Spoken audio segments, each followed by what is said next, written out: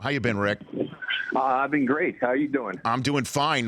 So how do you approach a game day with your kid in the Sweet 16, Rick? Well, I don't have to worry about playing, so I just get done having lunch with my financial people and just enjoying it and looking forward to the game. My wife is the one that has a real problem. She uses a basket case when he plays. Is that right? But I've been through this before, Rich, with my other boys. So I know you have. It's like old hat, and all I do is just pray that the team does well, and that my son has an opportunity to get in there and play some and contribute to the team's success. That's very hopeful. So what are they doing today to get to 10 o'clock at night? What a ridiculous tip-off time, Rick. I know. I looked at that and said, oh, my God, that's crazy. But then again, my wife and I joked and said, well, heck, at 10 o'clock at night, those guys are usually out doing stuff, and they're like, like zombies or whatever come out at night or show some kind of vampires or something. But most young kids are night people, so I think it's probably something that they'll be able to deal with easier than if they had to game at 11 o'clock in the morning. Yeah, Rick Barry joining me here on a day that his son takes on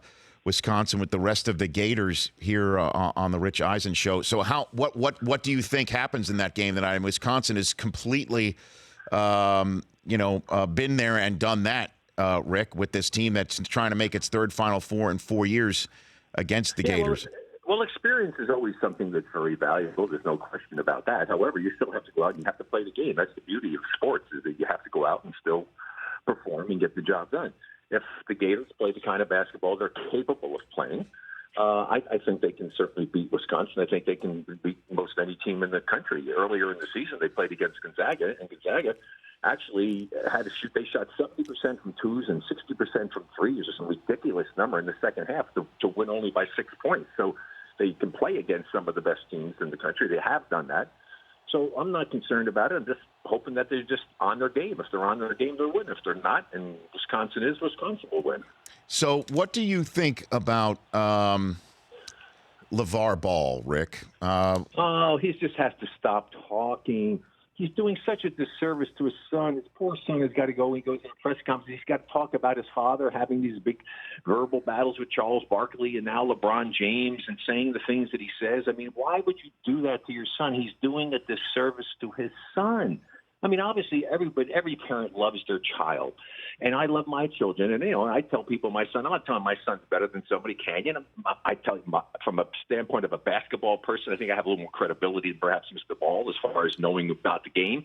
My son could play in the NBA if given the chance, but that's the extent that I go to. If somebody gives him a chance, I think they'll be really surprised. But to go on and say that he can beat Michael Jordan, he can do this and he can do that, that's crazy. Just let your sons play, do the talking, and enjoy his success, and keep your mouth shut. Well, but you see, his son is maybe used to it, though, Rick. You know what I'm saying? I mean, it doesn't seem to be affecting his play so far. No, I'm not saying it's going to affect his play, but just the fact that he has to deal with it. He goes to a press conference and he has to deal with what his father's saying and these verbal battles he's having with all these well-known people. I mean, why should he have to do that? I mean, he shouldn't have to do that. And what did you ever have a moment where, when Brent or John or obviously Canyon coming through the ranks, where you had to hold your tongue about what you wanted to say about how good they were or what impact that they were going to make in the game in not only their name but yours? No, I think I just give an evaluation as someone who knows the game of basketball, not as a father. I just talk and be honest about what I think of their ability to play the game. That's it. Nothing of any great extent. I never meddle, never get into talking about the coaches as far as going out in public and saying what I think about what the coaches are doing or how they're handling and stuff. I've tried, and I've been very successful with not being a meddling parent. And I think that's the way that you have to approach it. It's not easy. I think it's more difficult when you really know the game well. I mean, I know the game exceptionally well, and you see what's going on. You know what your son's doing correctly, incorrectly. You see things the coaches are doing that are good things that are bad things. But you just sit back, you watch it, and you deal with it. But you don't go out in public and talk about it. So if I put you out there one-on-one with him, Rick, what would it be, 11-0, 15-0? With LaVar. If we were shooting we shot underhand pick one the other day. Somebody got us to do it because I never usually compete with my son. He's just screwing around from underhand from long distance, and I was able to sneak out a victory on him. I said, son, don't worry about shooting underhand from crazy distances. You just keep doing it well with the free throw line. And he has. He was almost at 90%. He was so mad at himself when his 43rd consecutive free throw didn't go in, and he would have been at 90%, and so that upset him. But he's still shooting 88%, and that's the most important thing. But I don't compare against my boys. The closest I came was with Brent when he was trying out for the NBA when they had that pre-draft deal. And we did three on. He said, "Yeah, let's play horse." So we played horse. I don't know why I said I would do it because I just never had competed against my boys. No, I meant you had to play with me. I meant you versus LaVar Ball, Rick. Oh, LaVar Ball, yeah.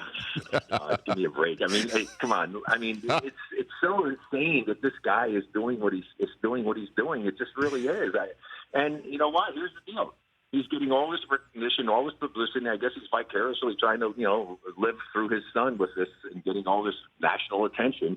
And it's the old squeaky wheel getting the grease. And, it's crazy. But I don't play one-on-one anymore. I'd be happy to shoot him free throws, though. Yeah. Hall of Famer Rick Barry joining me here on the Rich Eisen Show. Who is the MVP of the NBA, Rick? I mean, you're seeing what Russell Westbrook's doing. What's your 2 cents on that? Glad you brought it up. Sure. I've been saying this for decades. For the NBA to have an MVP for the season for one player in a league that has 2 conferences that don't play the same schedule is the most ludicrous, ridiculous thing in the world. They have to have an MVP of the Eastern Conference and an MVP of the Western Conference. And that is something that should have been done decades ago. It makes no sense at all. Okay, because the level of competition you're playing against, you're playing more against the teams. You only play twice against the teams in the other conference. How do you make an evaluation? It's not right. It had been simple last year doing it. If the winner, when Steph won, it would have been LeBron in the East and Steph in the West. It's simple. And then you have the MVP of the playoffs. So it just makes so much sense. And the NBA would be smart because now you get another sponsor to sponsor the MVP of the East and the sponsor to sponsor the MVP of the West. So they make more money doing it, and it's a fairer way to do it. Right now, it's a situation where you have a lot of stuff in the West that would be tough, maybe because of the play that you have of Westbrook, who's remarkable what he's doing. It's truly remarkable what he's been able to accomplish. Although I still don't think it can be compared totally to what Oscar did. But why not? Well, very simple. Okay, he's trying to get triple doubles. It's a concerted effort to do it. Oscar didn't do that. Oscar just played. And the last time I checked, I don't believe that Russell, and this is taking nothing away from what Russell has done. I want to make that perfectly clear. I admire and respect what this guy has done. It's a remarkable accomplishment.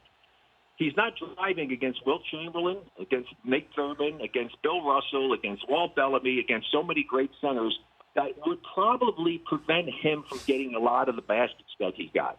And to do that 8-9 times against guys of that stature. So it's been a lot easier in that regard for him.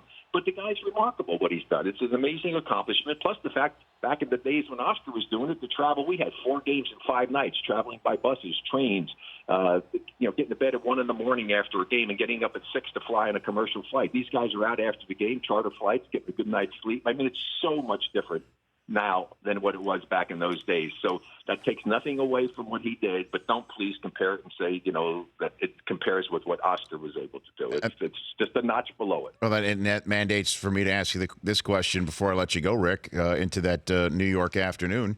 What's your 2 cents on players resting, star players getting rest? I can't relate to it, Rich. I totally can't relate to it because I hated not playing.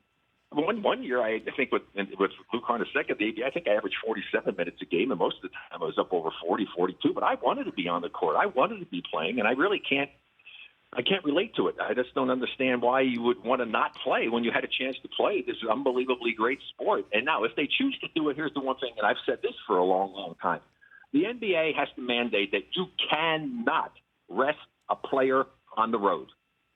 If you're doing it just for rest purposes, it's so unfair to the fans who are paying good money, especially if it's an East Coast team going to the West or West to the East when you only see them once.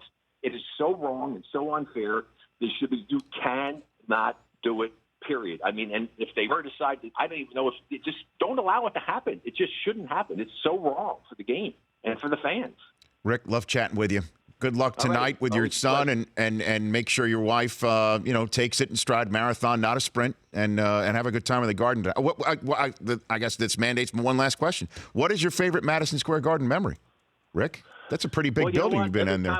Every time I went there, I loved it. I had a lot of big games, scoring 50-plus and all that, because Ned Irish, the owner of the team at that time, when he was asked why he didn't want to draft me because they could have picked me instead of Bill Bradley, is that he said I was too skinny and flaky. Now, he may have been correct, but I didn't appreciate it. So every time I played against the Knicks, it was great incentive for me to go out there and kick their butt and play really well, and I was able to do that. I'm not a vindictive person, but I did wanted to prove my point that he made a very bad choice in that regard. So that was the incentive that I had. So I had a lot of big games in Madison Square Garden, which is kind of cool, and it's fun. I'm just hoping my son does well. I'm proud of his free throw stuff, and I'm really excited about being a part. Actually, just let me get a plug in for New York Life with my commercial shooting on free throws. The timing on that was absolutely perfect. Be good at life. It's a great motto, and I love what they do financially because I actually believe in that with mutual companies. So people should take a serious look at it. In fact, I'm actually on my way to go and do something with them right now. Great. So, you go do that. Lot, Rich. Of course, Appreciate Rick. You got it. That's Rick Barry. His son is playing in Madison Square Garden tonight.